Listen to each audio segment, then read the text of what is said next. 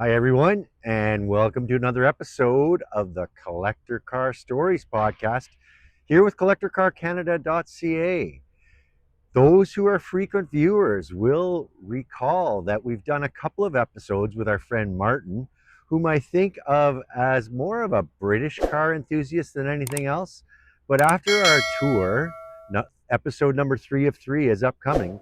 After our tour of his shop and garage and yard, I know him to also like cars from Asia, Europe, and the domestics as well. He's also got some bikes we're going to see on this episode. When I say bikes, I mean motorbikes, motorcycles. And we even slip in a vehicle that isn't really a match for our website in terms of offering it for sale, but it's one that was probably sought after by many collectors because it's got a certain purpose. So that's my teaser for that vehicle. Watch the entire episode and you'll know what I'm talking about by the end of it. And if it's something that interests you, I have a feeling he's going to be willing to let it go. It's just not getting the use it needs and deserves. So use the contact us button on the website to inquire and we'll connect you with Martin. So again, our British car enthusiast friend Martin, we had one episode where we sat down and talked about his history with cars. Boy, the sun is bright today.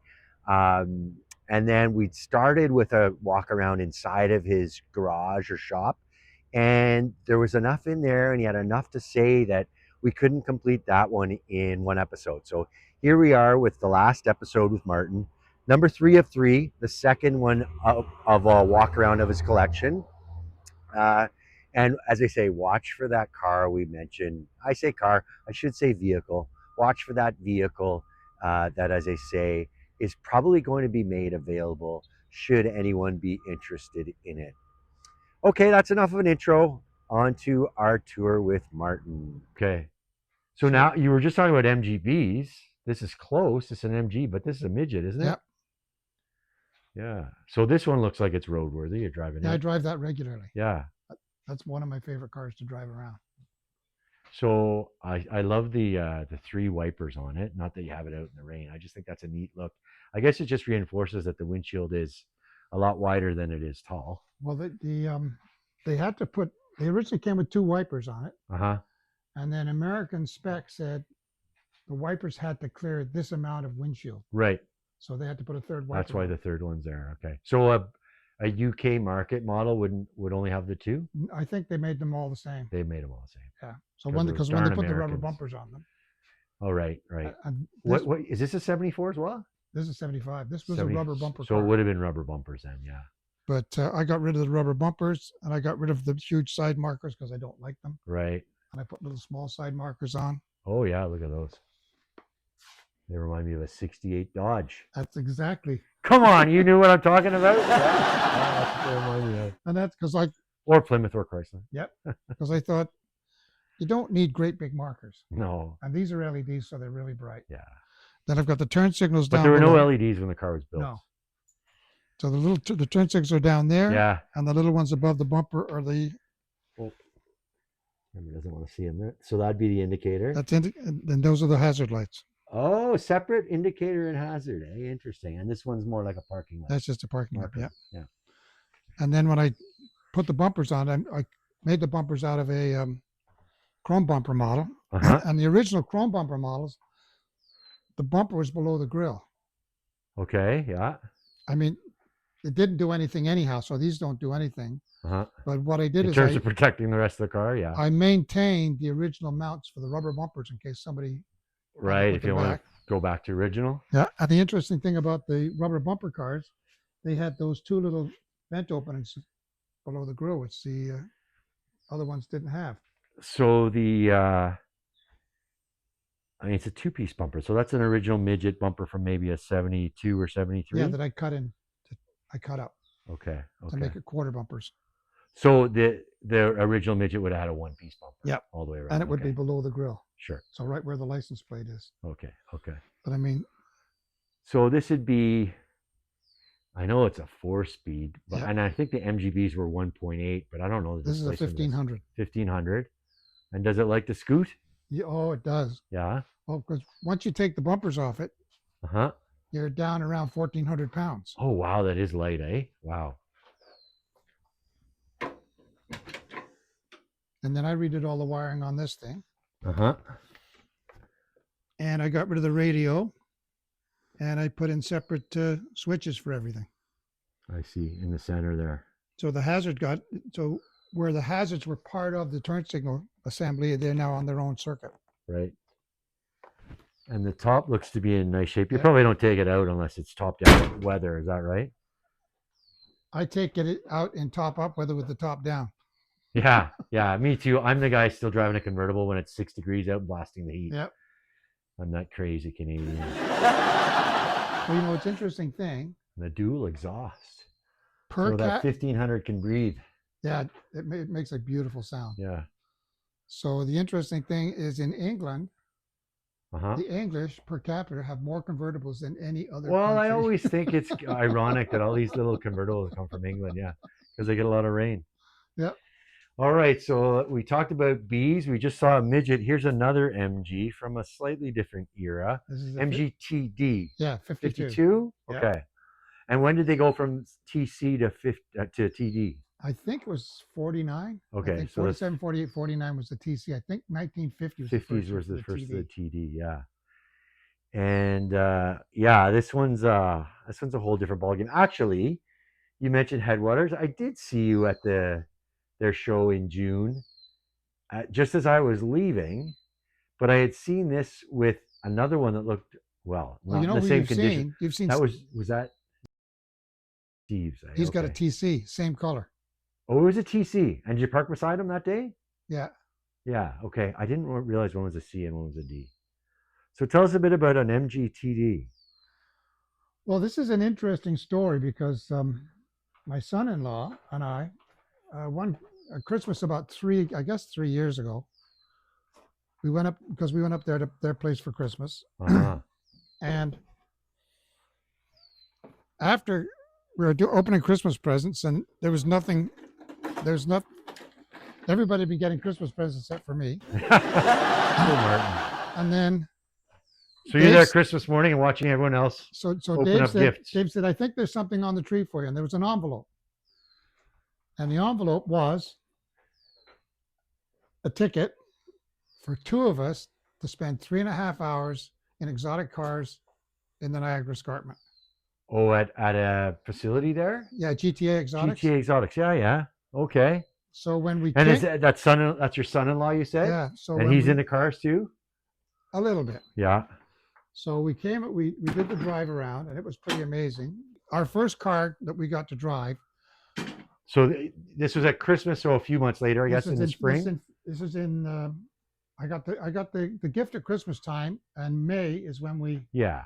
I think it was May. Then we got to drive them. And our first car to drive was a Lamborghini Hurricane Performante. Oh, wow. Yeah, that spoiled us for the rest. Oh, And then after that we drove a Honda Acura NSX. the first generation one? No, second generation. Oh, a modern one, no, Yeah. newer one. Okay, so a hybrid. Yep. Yeah. And then we drove the Audi R8 with a 10-cylinder in it. Oh, yeah, V10, yeah. And with the Lamborghini engine in it. Yeah, it does. Then our last car was a Corvette C8. Okay. So this is in the past 5 years or so then? Yeah, this was about 3 years ago. Yeah. So he got me that for Christmas. Right. And then his birthday was in February. And for his birthday, I got the pair of us 5 laps of Mosport. Oh, wow, awesome. And what are the cars for that? You supply your own car? No, you can, but we had Corvette C8s. Okay. So we had a ball doing that. And which did you do first? GTA Exotics? Yeah, GTA Exotics. And then you went to Mosport after. Then we went to Mosport. Canadian Tire Motorsports Park, we should say, but Yeah. yes. Yeah, we went to Mosport afterwards.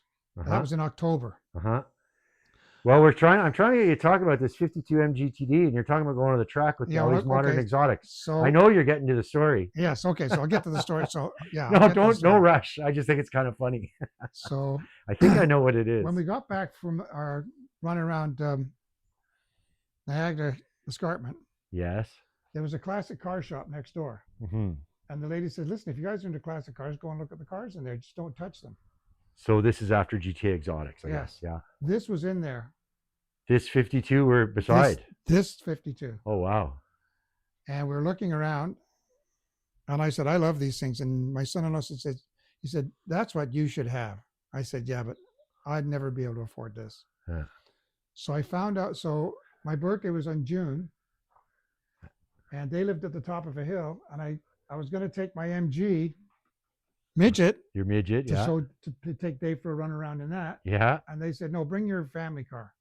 And I thought, Okay. oh, he's gonna bought me something too big to fit in a midget because he does things like that. Oh yeah. So we get there, and he meets me at the bottom of the hill and blindfolds me. Well, then you knew something was up. Walks me up to the house, and this was parked in the driveway. Wow. He said, happy birthday. Wow. Wow. Wow. Yeah, pretty good son-in-law. Not bad.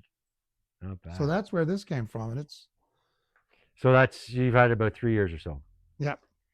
And Yeah, loving every and it's minute of a I don't know if it's the video showing it, but it's a near #1 car, isn't it? yeah, it was a complete frame-off restoration. Yeah.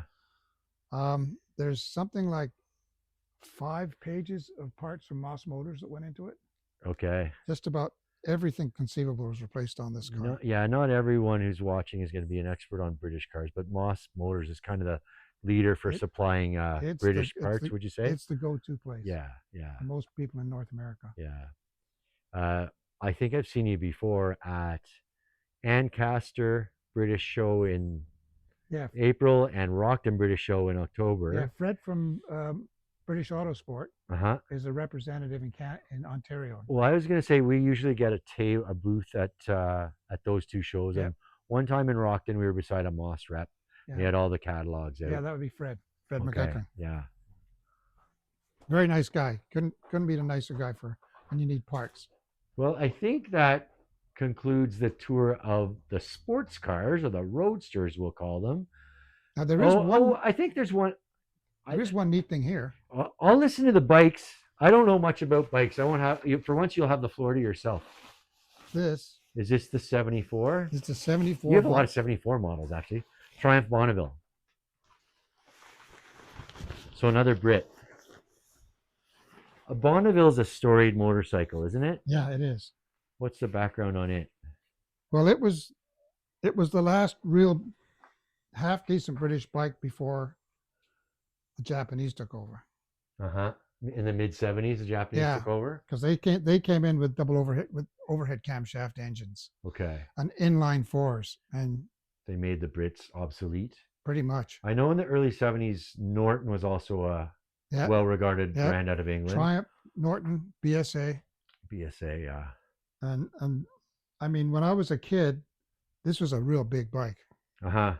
It doesn't look too big to me today. No. No. A friend of mine bought an old Harley when we were kids, and he took it out once, and he came back. He says, "I'm gonna kill myself." Yeah. he Well, was shaking. my wise late father, he forbade me to be on motorcycles. I might have snuck rides on them a couple of times, but he used to wisely say, "I rode on the back of a motorcycle once, and I still have the scars to prove it." Yeah, my mom didn't want me to get a motorcycle, No, so I I didn't get believe one it. when I was living at home. Right. I got one after I moved out, Yeah. and I can't imagine not having a motorcycle around. Yeah. I Yeah. just sold my big bike, the BMW. Well, and another thing is too. I mean, I live in Toronto, where Oh. the traffic's crazy. I You would, live. I think it took me about an hour and 15 minutes or so to drive here. You live in the country, and you get opportunity on the roads here to have a little bit of space to yourself, which yeah. is a different thing. I see these guys on these crotch rockets zooming along the Gardner, splitting lanes, and I think they have a death wish. Yeah, because when I met my wife, which was 20 years ago, Yeah. I picked her up in Toronto on my BMW R1200. Oh, that'd be a nice 1100. cruiser. Yeah, it was. Did you warn her in advance? Yeah, she She was game. yes. That's good. That's good. And then behind it, this one looks a little more modern. Did you say Suzuki for this? Yeah, that's a Suzuki S40. It used to be called the Suzuki Savage. It's a big 650. You called single. it Savage in your email to me. I Yeah. love that name. Yeah. And the interesting thing about this one was this belonged to a friend of mine. Uh-huh. It was his dad's bike originally. His dad never drove it. Right. Then I used to take care of it for him. And he called me up last year in August, and he said, you know that bike you take care of for me? I said, yeah. He said, you interested in it? I said, I don't know. What do you want for it? He says, no. He says, I know you're going to love it. You can have it. Amazing, eh? You must have been pretty good to him for that to just happen to you. Yeah. I zoomed in on the odometer. Yeah. Are you aware it's under 4,000 kilometers? Yep. And I love riding. It's a Yeah, gorgeous little bike. of course, you know this, the audience doesn't, but I was here in September of last year and I gave a talk to Yeah. one of your car clubs, and you had just gotten this probably a month prior. Yeah. You were pretty charged up about it. Yeah. I've So cleaned it yeah, all that's up pretty and neat. polished it and painted it. And, That's pretty neat. well, I haven't done any of the paint work, just the engine and cases inside. Yeah, well, it's very presentable. 07 for that one, you said? Yep. Yeah, yeah. And how many cc's for that engine? 650. 650. Is it quicker than the 750 Bonneville? No. No way. Interesting. Okay, well, let's take a look at the midget that's sort of under construction and acting as a lean-to for your weed whacker.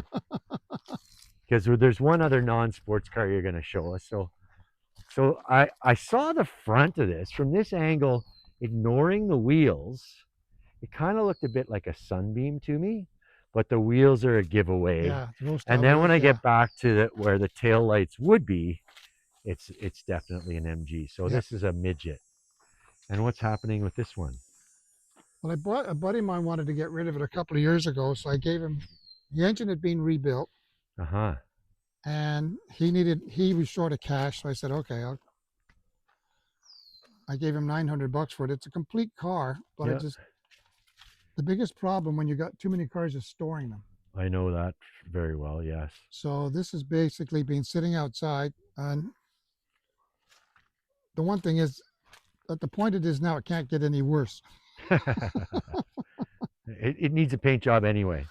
And a friend of mine out in London says he wants to buy it because he's got a couple of midgets. Uh-huh. And I told him, I said, this is a complete car.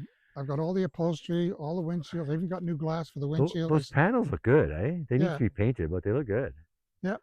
There's a bit of surface rust, but it's nothing really major. Just scuff it off. But I told him I've got new hood for it. I got new doors for it if he wants to use the new doors. I got you name it. I got the parts for it. So I said, you can have it. All right. So he's going to take it and restore it. Oh, good. That's great. So it's going to be another car on the road. That's good. Saved another. That's Yep. great. Okay, so we're done with the sports cars and the two bikes, but and now we're going to talk about a truck. I admit that I'm not an expert on trucks, Nor am I. but a truck like this, I know enough about it to know it's special. And we're showing this one partly. We're not going to list it on an auction, I don't think, but you're thinking about moving this one along. I think you said was it an 04? It's an 01. 01 Silverado 2500. Yep. With a 496 cubic inch engine and a 6-speed manual. Yep. Yeah, that makes it a pretty special truck. The fact that it's a 2500. So is that 3/4 ton or a 1 ton? Yeah, 3/4. 3/4 ton. Unlimited slip differential. Uh-huh. And the guy who had it before me, because he used it, all he ever used it for was to tow his fifth wheel trailer in the summertime. Okay. So it was put in heated storage for the winter. So this thing has never seen a Canadian winter. Right. Yeah, I mean, we see a little surface rust here on the frame, but that's pretty natural. But it's funny because I think you'd see that in California. I was looking at a 2-year-old truck today in a parking lot. It had more rust on it than this. Yeah, thing did. well, I just said I think you'd see that on a California truck today. Yep, because they don't put enough paint on them. And those are the original 25-year-old wheels on it. Yeah. Oh yeah, those wheels do look good. Some beefy Cooper Discoverer tires. So this one, I think I got the sense from you that it became available. You couldn't not buy it. Yeah. But you haven't had much use for it. Well, I've used it twice to tow my fifth wheel trailer. Yeah. But we're thinking of selling the trailer. So okay. We're thinking it might be an idea to sell this. Yeah.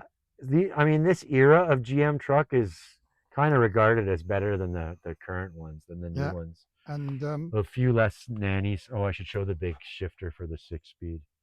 And there you can see it's got the 3 pedals. And I was just watching some videos on this. GM built this for the people who didn't want to do a diesel. Okay, yeah.